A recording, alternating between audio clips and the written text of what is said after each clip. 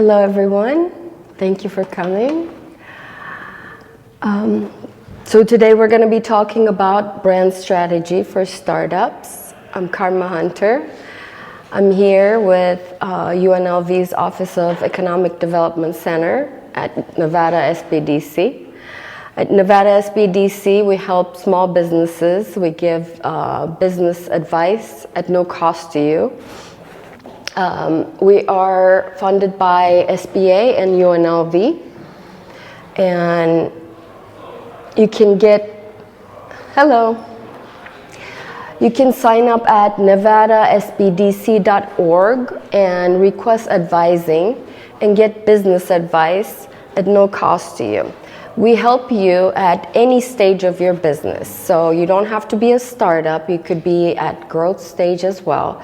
And we can help you with the start from the beginning of your business, from the ideation all the way to the growth stage of your business. And if you need help with your business plan, with funding, with marketing, with HR, with accounting, any part of your business. So please take advantage of it, and please go to nevadasbdc.org and sign up. And if you want to get advice from me, you can go ahead and when you're signing up, you can put my name in the refer box and you can get paired up with me. So today we're going to be talking about brand strategy. And here we're going to start with my elevator pitch. My elevator pitch. I help service-based businesses build a pipeline of quality leads with evergreen marketing strategies and automation systems so that they get consistent sales online without worrying about where their next client is coming from. So as a marketing strategist, I also have my own business, my own marketing agency. This is how I introduce myself whenever I'm networking, whenever I'm introducing myself. And there's a reason why this is how I introduce myself. And we're going to talk about why. This is here, when you see this, you see who I help, how I help, what type of results you get when I help you. So these are very important. When you meet someone, you want them to understand what you do. You don't want to tell a bunch of things where people, in the end, people are like, okay, but what do you do? Right? We don't want them to walk away thinking that she said a bunch of things, but I still don't know what she does, right? So that's why it's very important, and this comes from your brand strategy. Yes? Would you call that your elevator pitch? Yes, it is my elevator pitch. So today we're going to be talking about what is brand strategy, why do you need a brand strategy, how to start creating your brand strategy, what goes into brand strategy, and what is brand strategy? Brand strategy is a plan that outlines how a business aims to position and differentiate itself in the market to achieve its goals. So this is the foundation of your marketing, basically, your marketing as well. So here we're going to be defining your brand's purpose, values, target audience, unique selling propositions, differentiation, and we're going to create a brand image. So what's very important is we want to make sure that our brand image matches our brand identity. A lot of the times, what we see is sometimes we see startups not really working on the brand strategy enough. They don't spend enough time on brand strategy, and then when they go ahead and launch the product or the service, their brand identity don't match their brand image. What is brand identity and what is brand image? Do we know the difference? Anyone? Okay. Yes? Well, I think it's hard for me to say what the difference is because technically they're supposed to be very parallel. So, again, like I said, if your brand strategy doesn't match your brand image, then it's going to confuse your audience. Yes. So here it is. Brand identity is what I think my brand is. Brand image is how you are seeing my brand. Right. So if my brand strategy is not strong enough, then you will not see my brand identity as I want you to see. So my brand image and my brand identity will not match. I'll give you an example. I had a client come to me. He had a frappe shop. This, the drinks, frappe drinks. So he told me that he is making these healthy, they're all made from fruit and all healthy, non-GMO. There's nothing, health conscious drinks. And then when we looked at his website, it looked like McCafe. So it did not look anything like health conscious. It looked just like McCafe. So you wouldn't think that it is a health conscious frappe shop. And that's what I talked to him about. And he was like, I am not getting any sales. I'm not getting any clients. And when I looked at his shop was at a really good place in Henderson where there are health conscious people. There are gyms around his area. And he's in a good location. He's positioned well as far as the location, but he's not positioned well when it comes to his brand strategy because people don't understand that he is a health store, right? Health food store, the health beverage store. So he was like, I'm not making any sales because I told him because you're not really speaking to the right audience when it comes to your brand image. So this is very important. And he told me that he hired a marketing agency for them to create his brand strategy. Now, that means that this marketing agency didn't even understand his brand or what he wanted to do. They didn't even create a brand strategy for him. They didn't really sit down and talk to him about this, right? So this is why it's very important. And unfortunately, he ended up closing his shop. So it can really go that far if you don't create a brand strategy and if you don't match your brand identity with your brand image. So that's why you want to really work on your brand strategy. Why do you need a brand strategy? That's the reason why, right? We want to establish a strong and relevant presence in the market and identify your differentiation and stand out. And changing market dynamics, revisiting and refining the brand strategy, expanding product lines, or enter new markets, adapting brand strategy. Before launching marketing campaigns or initiatives, businesses should align their messaging and branding efforts. So whenever we do these things, we want to go back to our brand strategy and look at these things and we want to match those. And how to start creating your brand strategy. This is the biggest question you need to answer. What problem do you solve for who? Right? Who is your target audience? Make sure to narrow it down.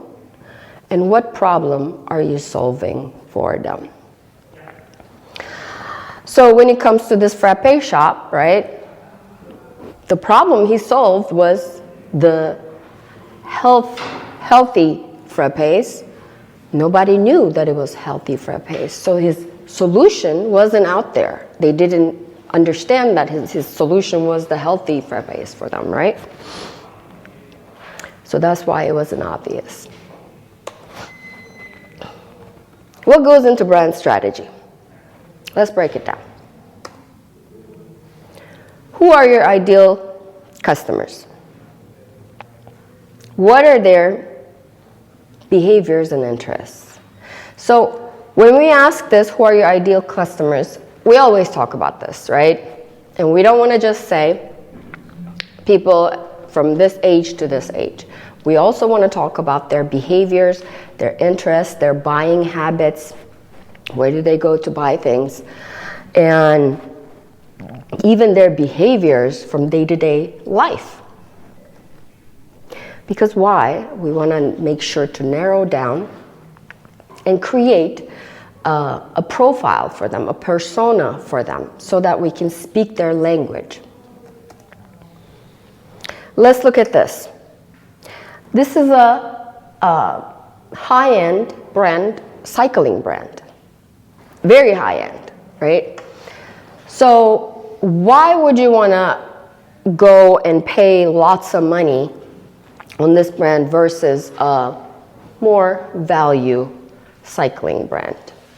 Because they created a community. They established a premium quality and performance-based product and service. And also they created a community and they created an exclusive brand experience. So people who are buying from this brand, they know that they can also be a part of a community. And when they're a part of this community, they know that they're going to be around people who are just like them, right? They're going to be within the people who have similar interests, who are within the similar, of course, similar income, right? If you're within the similar income level, that means that you can go to the similar type of places, you can afford to buy similar things, you can afford to have similar type of hobbies. So that's why people want to be in this exclusive community and want to have this exclusive brand. And that's why it's very important that you have that brand strategy. You don't want to just say, hey, we're selling this, right? Rafa had this brand strategy of building this community and creating this premium and exclusive community, exclusive experience for their customers. Next, unique selling proposition. What makes your product or service unique? What makes you stand out from the competition? Why should customers choose your brand over competitors? So this is another very important question, because a lot of times, if you don't have a completely unique idea, brand, product or service, now you need to make sure you define your unique selling proposition with your brand strategy. And that could be just like what Rafa did, right? With the exclusive community. It's not like they're selling completely different items. They're still selling cycling products. Maybe different colors, maybe different shapes, but it's still cycling products, right? It's not like something completely different. But their unique selling proposition is that it's premium, exclusive community. So that's within their brand strategy. So think about what are those things that you can do to differentiate you within your brand strategy. Warby Parker. Do we know this brand? Yeah. How do we know them? What's their difference? The difference is they offer glasses at a lower price that are unique to them. They don't go to all the other manufacturers where they get it around, so you can go and get it at an economical price. And they constantly change their styles. They have new styles and stuff. So Yes. What else? They let you try them out. But you can order them online, right? They don't have a store. Yes, and they do have a store, definitely. but I think they started with online only, and then they had a store. But I think they were the first one that you could order online and you could try it out and send it back, and yeah. So that's how they started it. And they have buy now, pay later, virtual try-on. You can book an eye exam, home try-on, and how to buy glasses online. So these are their differentiation. Now, brand messaging, very important. This is, again, how we're going to create our brand messaging is by research, right? By getting feedback from our target audience, by market research, looking at our competitors. But make sure to understand your target audience, and that's why we are narrowing down, that's why we're understanding their behaviors and interests so that we can speak their language. And with our differentiation, we want to explain our messaging. What key messages should your brand consistently communicate? What taglines or phrases capture the essence of your brand? So here, when it comes to my elevator pitch, that was sort of my messaging, part of my messaging, right? I told you about who I serve, I told you about how I serve them, and I told you about what type of results I give. And there are some key words that I said in that elevator pitch, right? Like generating leads, evergreen strategies, automation, things like that. And those are the things that I always talk about in my business. Brand messaging. So again, what do you need to include in your brand messaging?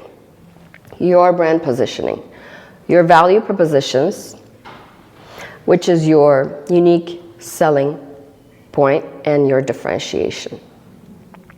Your brand voice. What is brand voice? Who can explain? Brand voice. Is that what you communicate to your audience? How you communicate.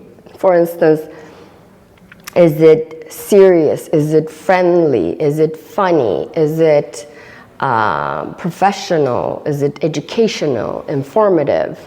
So that is very important that you define those, because once you define the brand voice, and because you're not going to be the only one that is creating your marketing content, right? So you want to give that information to your marketing department or other marketing people so that they can keep the same voice all the time. You don't want to be funny in one type of content, next one completely serious, right? Now, sometimes depending on the context, of course you can be funny, obviously, but in general, how is your real messaging, right? Your general messaging.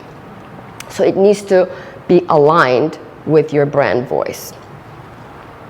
Your brand values. What are your brand values? Core values. What could be core values?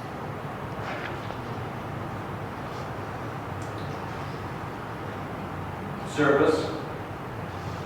Service? Yeah. Dependable service. Dependable could be. Okay. Yes. Service is, we all give a service. But dependable, yes, that could be a core value. Integrity could be a core value. Innovation could be a core value. Those type of things could be a core value. Reliability could be a core value. These are the things that you want, the real value you want to give to, always want to keep those, right? You promise to be always dependable. You stand by that value. Or you always promise to be innovative. You stand by that value. And your brand story. This is very important too. What is your brand story? How did you start? Why did you start? This is, again, sometimes Some founders have a hard time telling their brand story. What is your story? Why did you start? This is going to be important. Everybody wants to hear your story.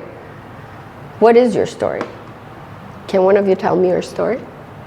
This is to try to relate to your target customers more closely, your brand story, try to get more of a relationship with them.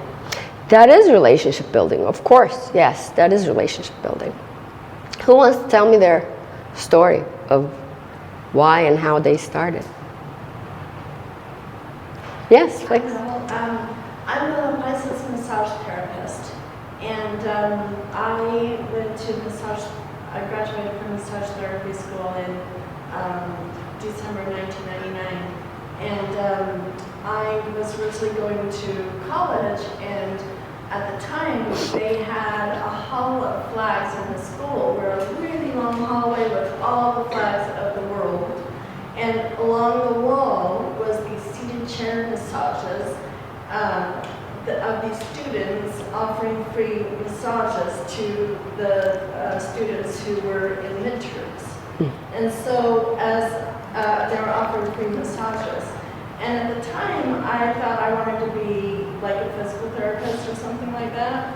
And everything changed for me because when I went and got that massage, I realized I don't want to be a physical therapist. Having that relaxation and that calming feeling of not being like, oh no, this is midterms, this is it kind of thing. And I realized, ever since I was a young girl, my dad, he was an iron ore miner. So I'm the second youngest of the family. So he would come home from work, being down in the mines, and he would say to me, okay, Shalane, come and walk on my back. So I was barefoot. He said, really dig your toes in, really walk and march up and down my back. And that was Thai massage. my highlight, being a kid and marching up and down my dad's back. And it seemed like a bonus if I could crack it, and really dig my toes in. And I've always been tactile. I've always enjoyed. I'm a tactile person. I like to squeeze everything. I squeeze the cat. I squeeze. When you hug him too tight. I'm a squeezer. And so, I like. How come in high school when they go through, what career you want, they never discuss if you like to squeeze, maybe you should be a massage therapist. So that's my story. Okay, great. So what do you take away from this? I really relate to people, everybody, even if they're not injured, everybody gets sore muscles. Everybody, aside from people who don't like to be touched per se, but most everybody enjoys a nice massage. Yeah. And Yeah. you don't have to be like a man doing deep tissue. Sometimes people have the fallacy thought of, oh, I need a guy massage therapist if you want a good massage. That's just not true. Mm-hmm. Yeah. So this tells me that you won't get tired from massaging people, right? If you like squeezing things, right? Right. So that's a great story, and it really aligns with what you do. And it's a good thing because now I'm like, okay, she won't get tired from massaging people. So it's a good one. So right, this is a great one because it aligns. And if you have stories like that really matches your purpose, right? It's great. So this is what I'm talking about. Okay, next. Brand messaging. What else we include in there? Target audience, of course. We always say target audience, target audience, target audience. You're going to hear me say this every time. Problem, solution. You're going to hear me say this every time. And key messages. What are the key messages? What could be the key messages?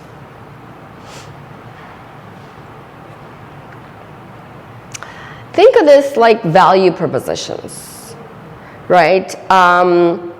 For instance,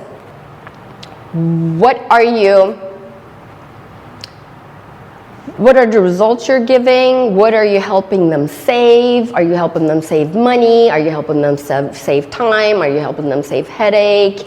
What type of transformation are you giving them?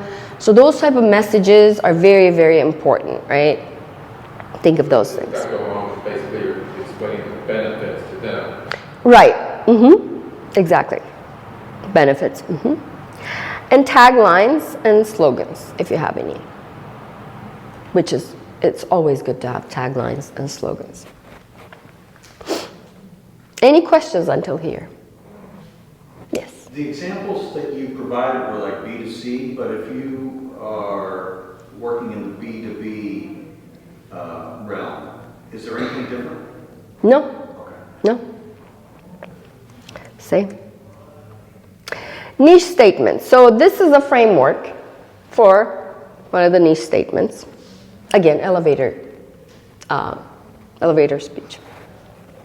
I help target audience do solution without pain point so that they can result with unique selling point.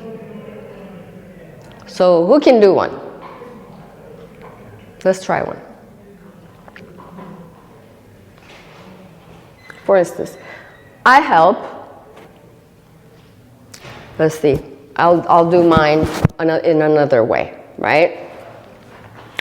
I help tech founders generate leads without, I'm trying to find other words than my regular elevator speech. I help tech founders generate leads without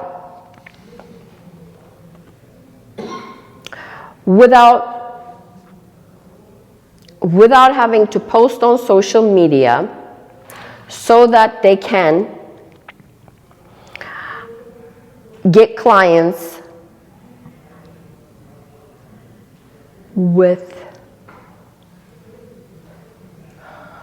okay, I'm stuck now. I couldn't do it. with automation systems. That could be one, right? I help tech founders generate leads without social media so that they can get clients with automation systems. And what does USP stand for? Unique selling point. Remember we said it earlier? Because automation systems is one of the things that we do in our business, right? So, who wants to tell me one? For instance, you as the Messiah. Oh, yes. I help the publications do podcast production without hiring someone so they can expand their reach with, I was going to say podcast listeners, but that's... Expand their reach with what? podcast listeners. Okay. Expand their reach with podcasts. Or podcasts. Expand their reach. Yeah, with podcasts or live streams. With podcasts. I didn't hear what you said. With, oh, I sorry. said the audience. With, yeah, I don't know. Say that again. That's a unique selling point. That's my point. Well, you can kind of change it too. I mean, don't get stuck with it, you know. You can switch it around too. So you can switch it around, make it yours, so don't get stuck with it. But as long as you have most of it here, talking about the pain point, target audience, and solution, and the result, then you're good. But we want to include most of these here, as long as they understand what you do. And you were going to do one. I help clients. I help clients resolve their pain through body work, so they can do their day-to-day life. They can do their day-to-day activities. Okay, good. All right. Now, this is another one. It's a long one, right? This is a little bit long one. So it could be for startups. At company name, we understand the frustration of pain point. Many businesses struggle with the problem, costing them time and money. Our solution, you tell the solution, a cutting-edge technology that unique selling point.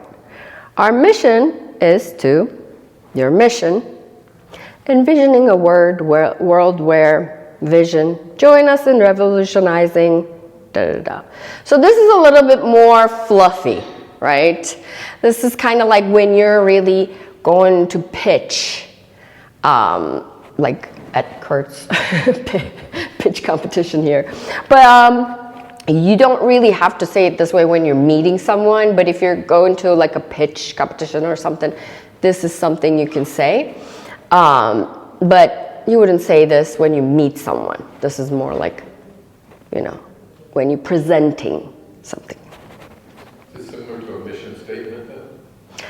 Sort of. Yeah, sort of. You can say that.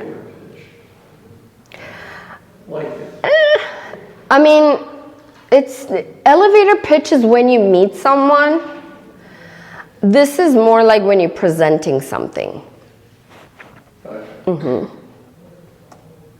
And this is another version. Picture this.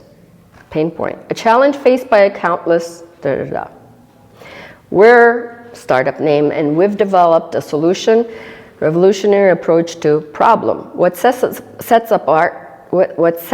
apart, our unique selling point, ensuring the benefit. Our mission is your mission, working towards a future where vision, partner with us to transform industry sector. So again, this is when you're presenting as well, when you're pitching or presenting as well. The whole point is for you to start with the problem, talk about your solution, right? We don't want to say that something like, we have an all-in-one platform for small businesses. What?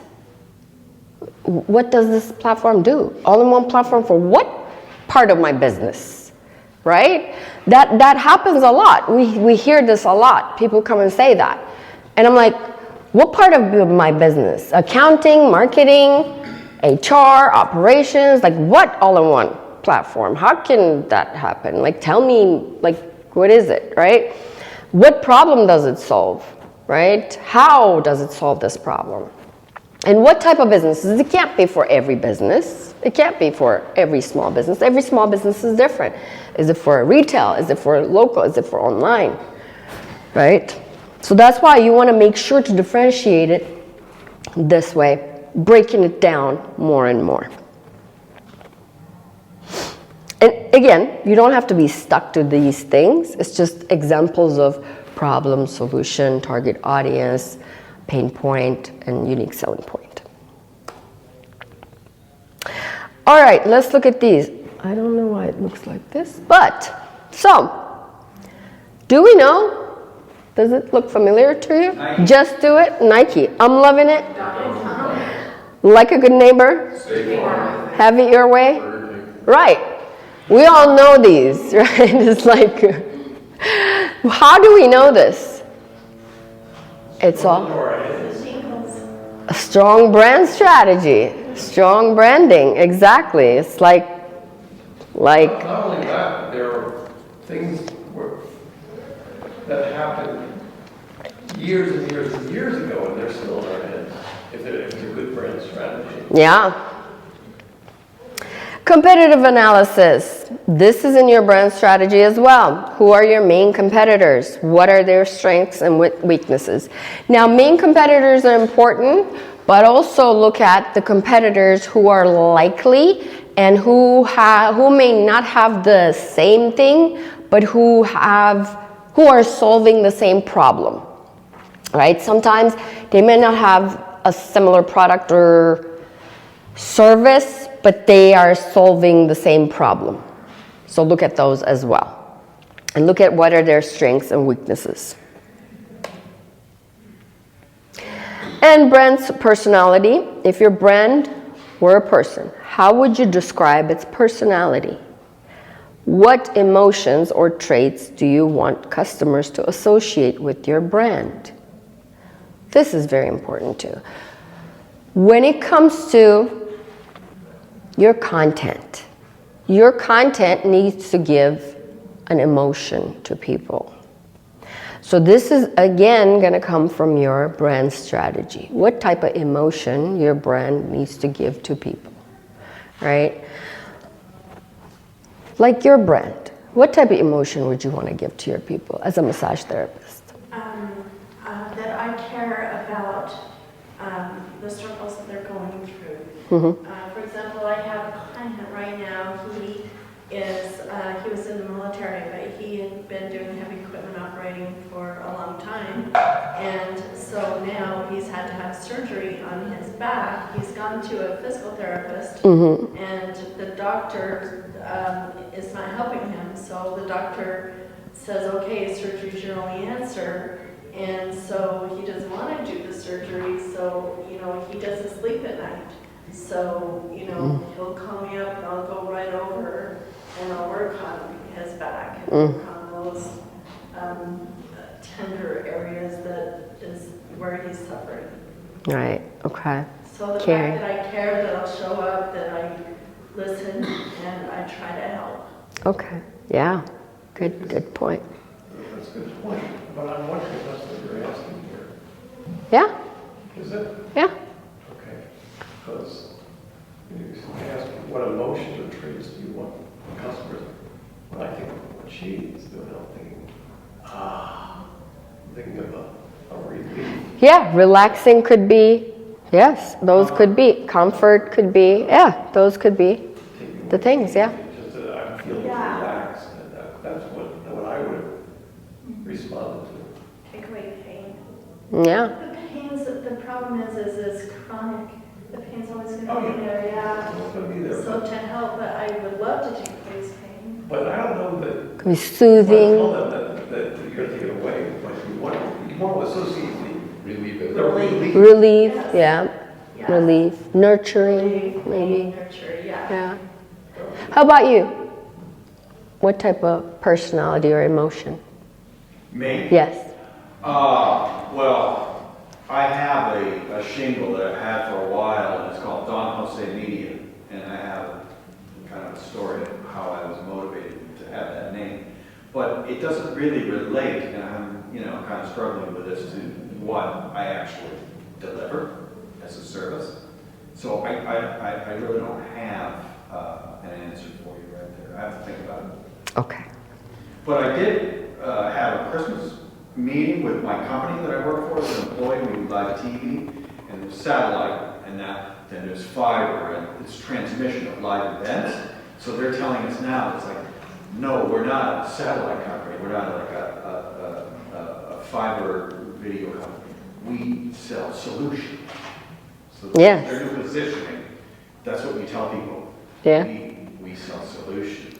Yeah. So is that a personality, or no? That's it's like a shift though. Like, no, we're not a satellite company. We're a solutions company. That's not really a personality. Personality would be like if you wanna like trustworthy, those type of things. It would be. So that's a value proposition. Solutions, yes, exactly. That's value proposition. Thank you. So let's look at this. Now, when I say Red Bull, who do you imagine? What type of personality do you think of? Youth, What type of youth? risk takers. There you go, right? Disney, what do you imagine?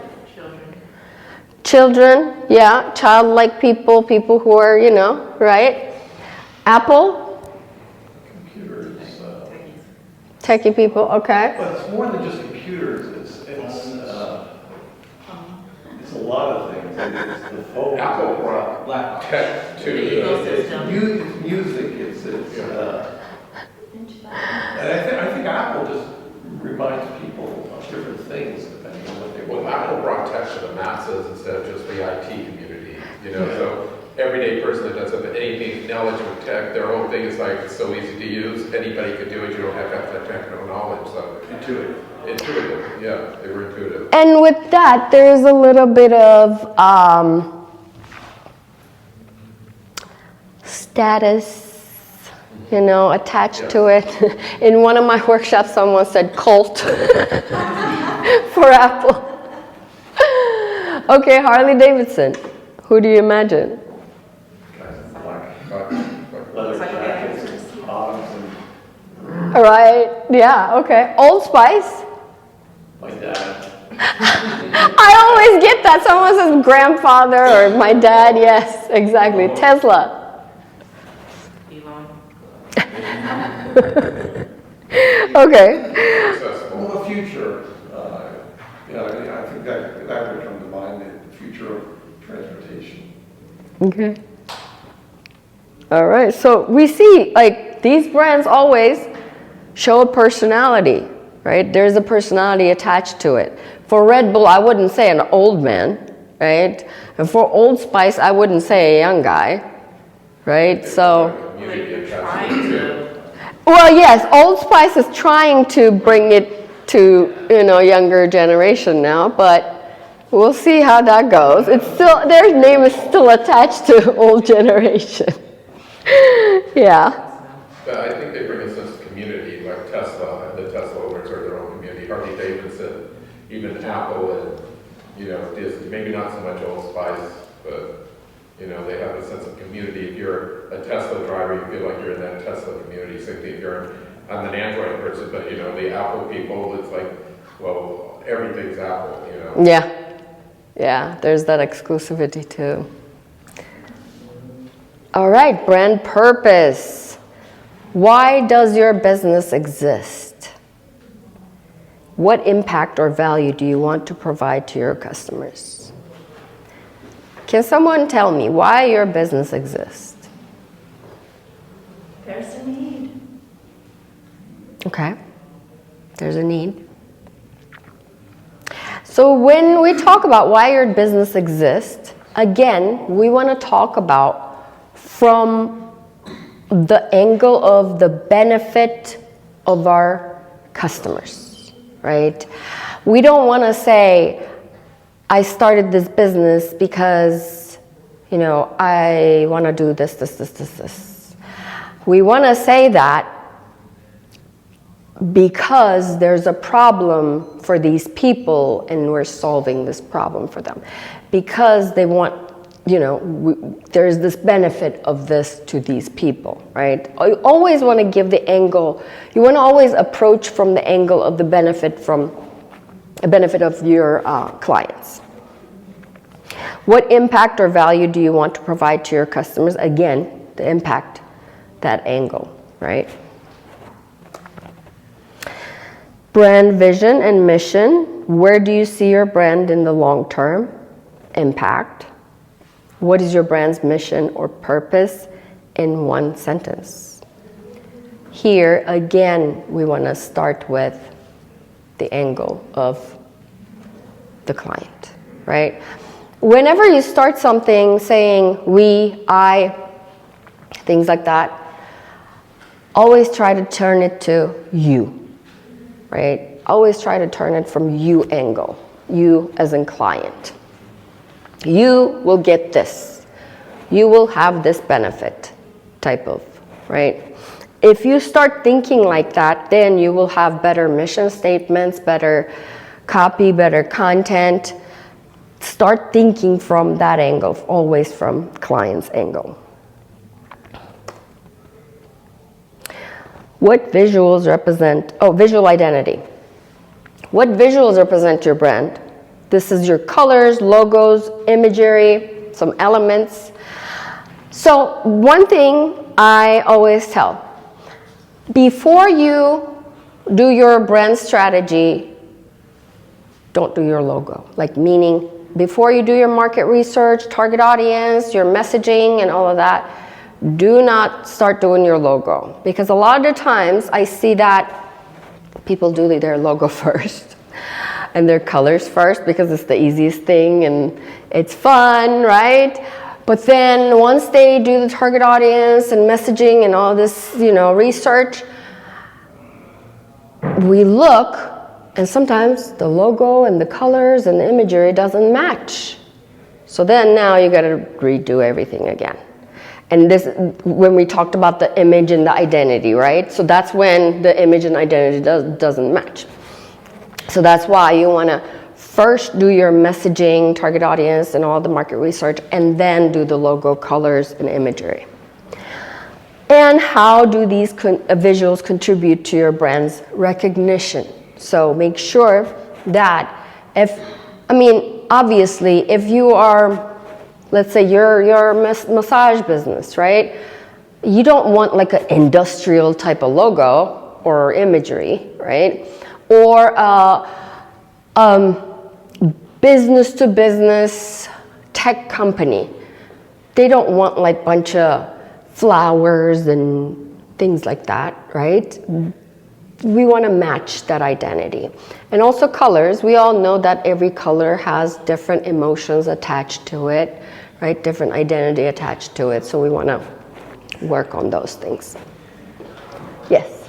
So I'm thinking about the name of my company, which is Don Jose Media. I was thinking maybe I'll just change it to DJM, right? I mean, thinking like broadcasters.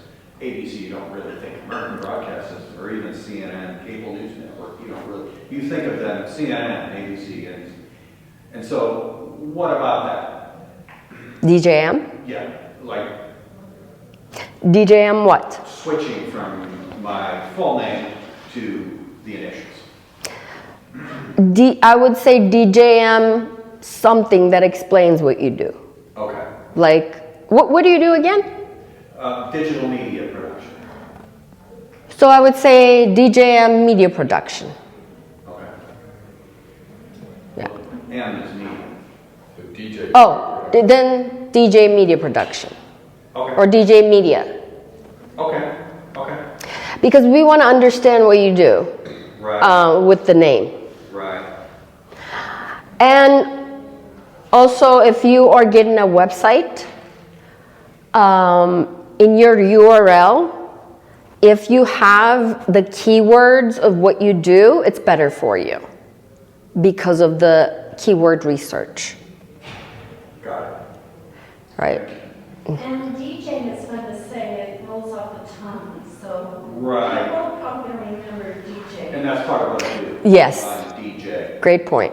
podcasting, and DJ Don Jose is really how the Don Jose came in, but I'm not doing that anymore, so. Then again, do a research for DJ Media or DJ Media Productions. Could it be taken because DJ is common? So make sure to research Okay. on that. Yeah. But is that relevant when that's his real name? Yeah. Yeah. Of course. It's already copyrighted. If it's already taken. Yeah. I've already got that URL, donjosemedia.com.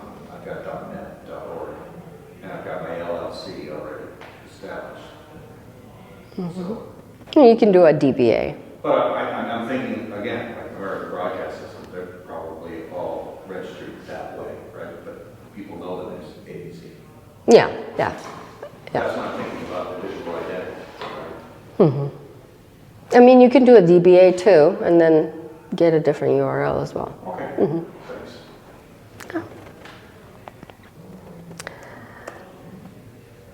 Okay. With these colors, how many can you name? How many brands can you name? Red and white. Wait, that's I not thought how that was it was ready. ready, right? I use stripers. Fridays. What else? Peppermint. No, brand names. Victoria's Secret? CNN. Is that? Red and white? CNN, yeah? Yes. Yeah, red and white. What else? Coke? Yeah. KFC? Right. So many red and whites, right? A lot of red and whites. Brand guidelines. What rules should be followed for logo usage and design elements? And how can your team maintain visual consistency across different materials? So when you have a brand kit, you have brand guidelines as well. Where should your logo go in every Marcom, marketing communications? For instance, is it going to go on the left top corner? How many inch? How many, whatever? Or right top corner, left bottom, right? Because we want to be consistent. Are they going to be framed or not? Those type of things are very important.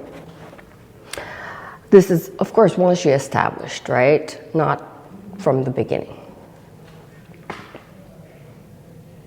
And you want to have, if you're going to have like different materials for, let's say, flyers, trade show materials, social media, templates, things like that, you want to make sure those are all aligned and all together. And customer experience. Customer experience is also in your brand strategy. How do customers interact with your brand at different touch points? How can you enhance the overall customer experience, right? What channels do they reach you? How are you interacting with them? How are you communicating with them? Okay, so one of the examples, Chick-fil-A. Oh, Chick-fil-A is red and white too. Okay, so I don't know if you ever paid attention, but Chick-fil-A, every time you say thank you, they'll say my pleasure. They'll never say you're welcome. This is in their training. So this is one of their brand strategy, right? There are a lot of companies like this that have certain scripts that they give you, and that's in their brand strategy. Can you think of any other like this that you know? This is sort of Disney. Mm-hmm. Everybody who attends one of their theme parks, they're called guests with a capital G, and they're not called customers. Right, exactly. Perfect, yes, great example. That and one of the more religious bent, Hobby Lobby. When you check out, they say, "Have a blessed day." Good example, yeah. Exactly. Those are all in the brand strategy. Great. The first time I went to Disneyland, I was an adult, and I go into park, and I just mentioned, oh, it's my first time here. They gave me a big, huge button to wear first visit, and every ride I got on, every last ride, person who runs the ride, made it a point to speak to me to say welcome, to be very welcoming. So Yeah. your brand is so that it's not your first time, won't be your last, but to come back every year. Yeah. And part of that is probably the inclusiveness. Exactly. And giving you a button. Yeah, exactly. And it makes you feel special, right? And you remember this, so. Exactly. Right. Brand culture. What values define your brand's internal culture? How can your team embody and promote these values? This is important too. Your team and internal culture, right? Are they really sticking to your brand strategy? That's important too. Here we go, an example from Netflix. We're a team, not a family. We're like pro sports team, not a kids recreational team. Netflix leaders hire, develop, and cut smartly. So we have stars in every position. Have you ever heard a company saying we're not a family? No, Netflix. Yeah. There you go, right? But does it make sense? It does. I'd rather you say this to me than saying we're a family, right? And you're telling me you hire, develop, and cut smartly, so we have stars in every position. Yes, thank you, right? You tell me from the beginning, yeah, you be transparent, right? Perfect. Marketing and communication strategy. What channels will you use to reach your target audience? What specific tactics align with your brand strategy? Again, this is your marketing channels. What channels? Is it social media platforms? Is it trade shows? Is it experiential marketing? Different types of channels and tactics. Monitoring and measurement. Of course, again, what key metrics will you use to measure brand success? How often will you analyze data to make informed adjustments? These are, again, your KPIs. How are you measuring success of your brand strategy? Part of the monitoring, would you use that to make sure your image and your identity are coming together by monitoring that, make sure you're not drifting apart with those two things? Sure, definitely. Definitely. That's very important. Very important. And that is all. Any questions? Do you have any metrics you can share with us about some key metrics that we should be paying attention to? That really depends on, different things, but there are lots of different metrics in brand strategy. It could be your acquisition, it could be your retention, it could be your referrals, it could be lots of different things. Yeah. Mm-hmm. And if you're doing, in marketing, if you're looking at your content, then there's different metrics. So marketing metrics, sales metrics, different KPIs. Yeah. Yep. Any other questions? Yes. Speaking of metrics, if someone was new in entrepreneurship, what direction would you suggest they take into researching their audience needs and behaviors, and what metrics they could use to measure those? I would first start talking to people, talking to the most likely people that are your target audience.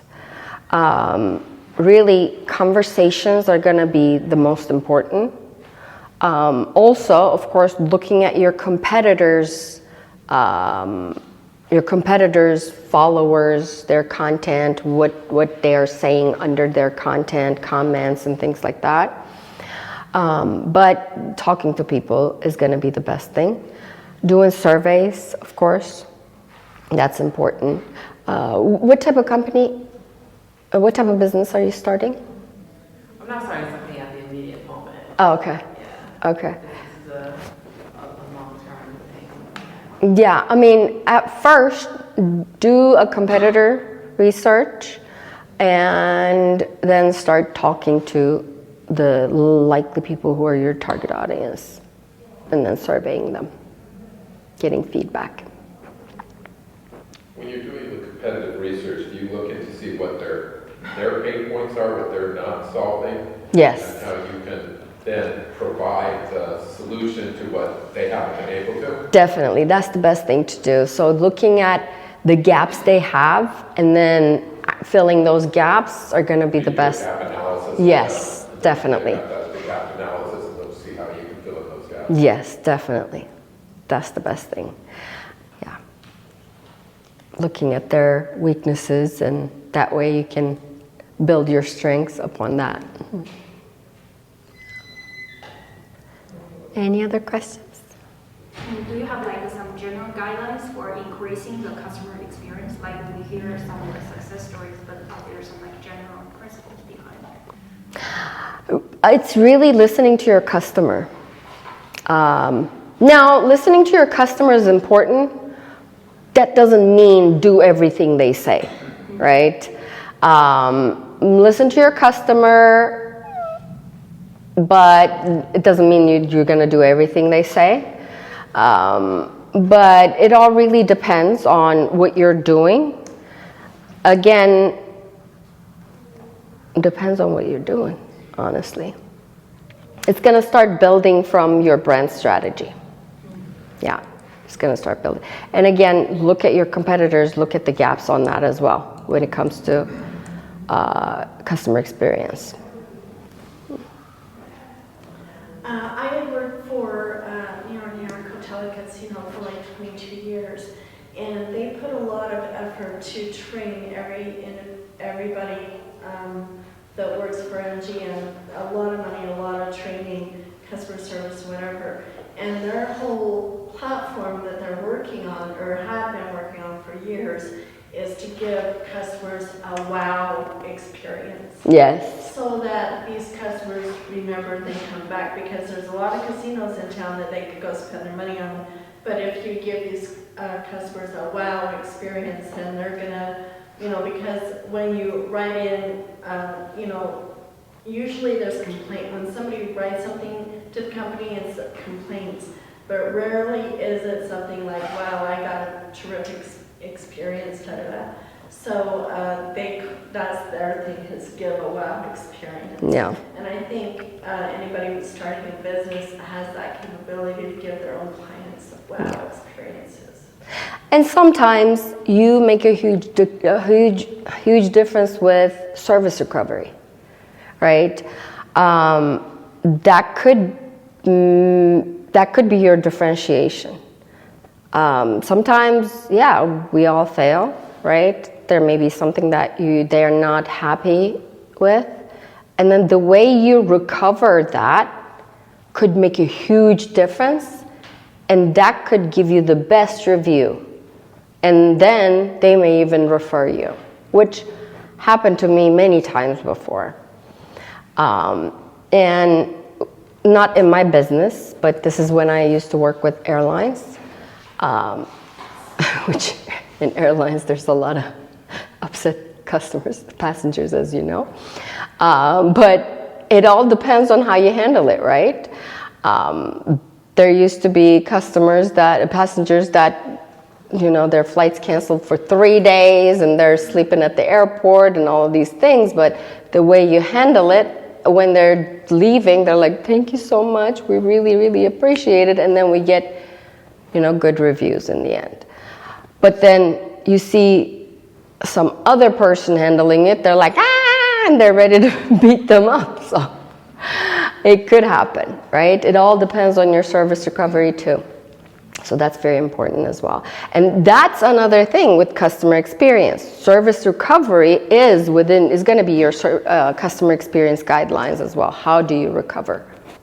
Yeah. So do you think you should preemptively prepare for I won't say backlash, but negative responses, and how you would handle that? I'm sorry, say that again. So do you think you should preemptively think of how you would handle negative responses from customers? You should, of course. You should think of that beforehand. How would you handle that? Yeah. I heard something, I'm sorry, but I was going to say, I heard something the other day, it was kind of interesting. It says, the customer may not always be right, but will always be your customer. Yeah. You have to start thinking about it in that term, that Right. You are going to have miscues and things like that. Yeah. Make them feel better about the experience. Yeah. I'm sorry, No, that's so true, and that's why I said earlier, listen to your customer. That doesn't mean you're going to do everything they want. That doesn't mean they're always right. Sometimes that may not be the right fit for you. That customer may not be the right customer for you. But of course, listen to them. Feedback is great, but that doesn't mean that you're going to do everything they want. That could be one-off, right? Yeah. So. With that, especially like the service that you say is important, especially if you have a first-time customer, after that, soliciting the information, I'll say, I really enjoyed, helping you out today, if there were any issues, because I know that a lot of times someone has a bad experience, people don't talk about their good experiences nearly as often as they talk about their bad experiences 10 times more than a good experience. Yes. And so soliciting that and finding out they did have a bad experience and trying to correct that right off the bat or taking that feedback how you can correct. So I think, especially with first-time clients, it would probably be very, follow-up I think is very important. Very, very important, yeah. You don't want that bad review to get out. You want to follow up and recover it right then and there before it gets out. Yeah, that's within the customer experience guidelines too. Would giving something free away help with keeping the customer? Like 30 Sometimes. Yeah. Sometimes. It depends on what it is, again, right? Sometimes it may be too late to give something free, depending on what the product or service is. But sometimes, yes, sometimes refund, of course. But it all depends. Yeah. But usually, refunding, that's the usual thing to do, giving free something usual thing to do. Is that really making up the time? Not really. But a lot of the times it's your attitude too. It's really how you interact with those people, how you handle it. It's like, if you're like, oh, what happened? Like, no, our stuff is good. That doesn't work, right? Just handling it the right way is the right thing. In the beginning, like I said, a new customer or something like that? I'm sorry? I said, no, you said even in the beginning, like for your new customers, giving them TV does like a 7-day trial, stuff like that. Or like I said, for 30 days, like Microsoft Word or something like that. To customers or to leads? No, to new customers. Bring in more customers. For them to give you referrals? That, yeah, or just to bring in more business. Yeah, you can do that. Yeah, you can do that. Giving something free is good to generate more leads, definitely. Or to get more referrals, or for them to expand the account. Yeah. I think what you said too, it's not a good idea, just like, oh, what happened, our products are good. You're not expressing the empathy there. It's like, I'm sorry you had this experience. Right. We go out of our way to make sure every client that, comes away satisfied. Yeah. What can we do to, change it or, to help you out and, Yes. what happened. So you're getting that in when you answer back, like, I'm sorry that happened to you, our products are good. Sounds like a deaf ear to them, because they don't believe your product's good because they had a bad experience. Yes. There's nothing for them.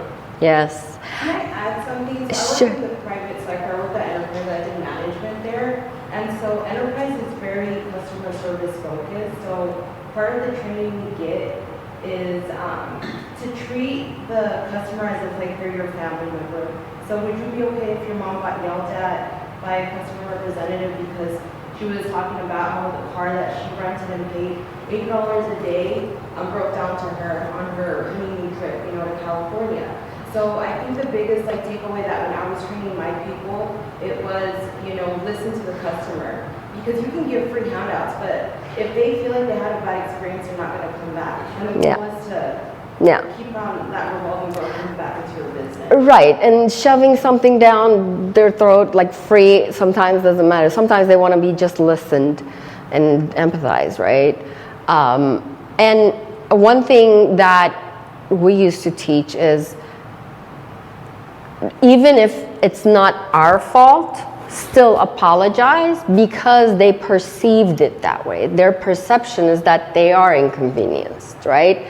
So not just saying, I'm sorry, but saying that I'm sorry that you perceived it that way, right? I'm sorry that you feel that you're inconvenienced.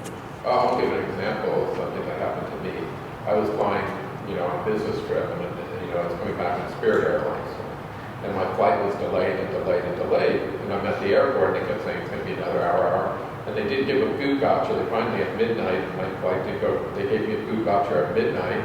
But by then, all the Everything's closed, yep. My flight left at 5 a.m., so it's totally useless. So it's like, Exactly. If you would have given it to me at 7 o'clock, I could have gotten something to eat. Exactly. But they gave it to me finally because the amount of hours passed. They're like, oh, here's your food voucher. Yes. I was like, this is useless. There's nowhere I could use this, and I'm going to be gone before they even open up. I know And so exactly that's what you more mean. of a bitter taste in my mouth towards that. That's, anything else. Yeah. I know Yeah, exactly had a what you similar mean. experience, but it was the old Continental Airlines. And it was really funny because they had to cancel they didn't cancel the flight, they had delay.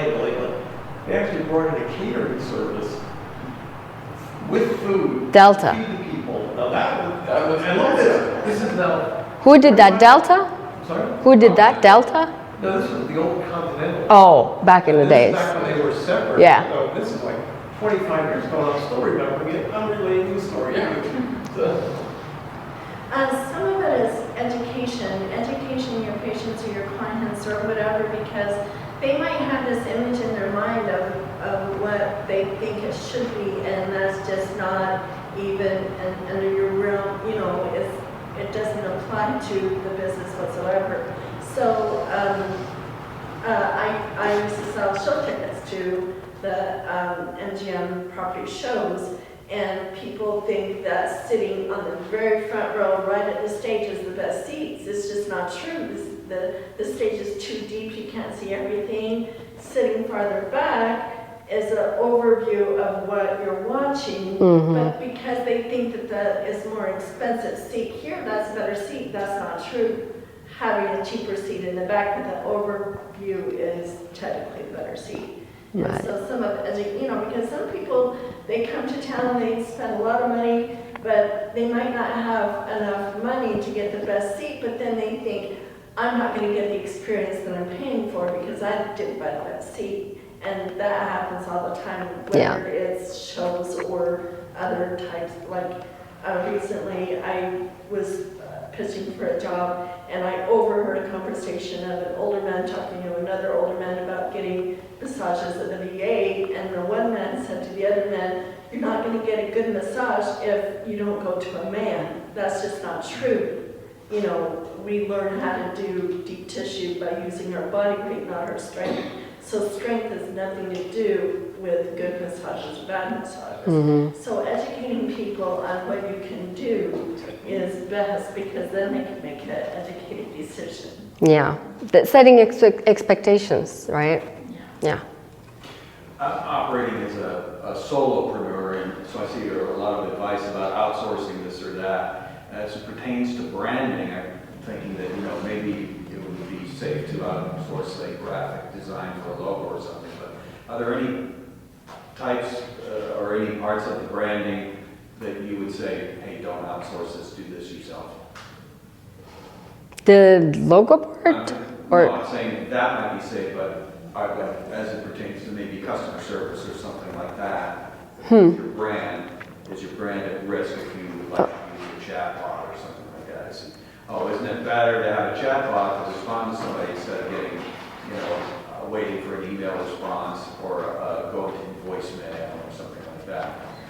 Is there any part of this branding that we talked about today that you think that a solopreneur should do themselves? It depends on how comfortable you feel about what part, really. Do lots of market research first yourself on your target audience and your messaging. That's the most important thing.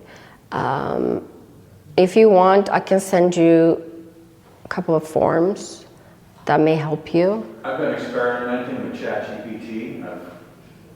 It's been recommended in a few places that that's a great way to do market research.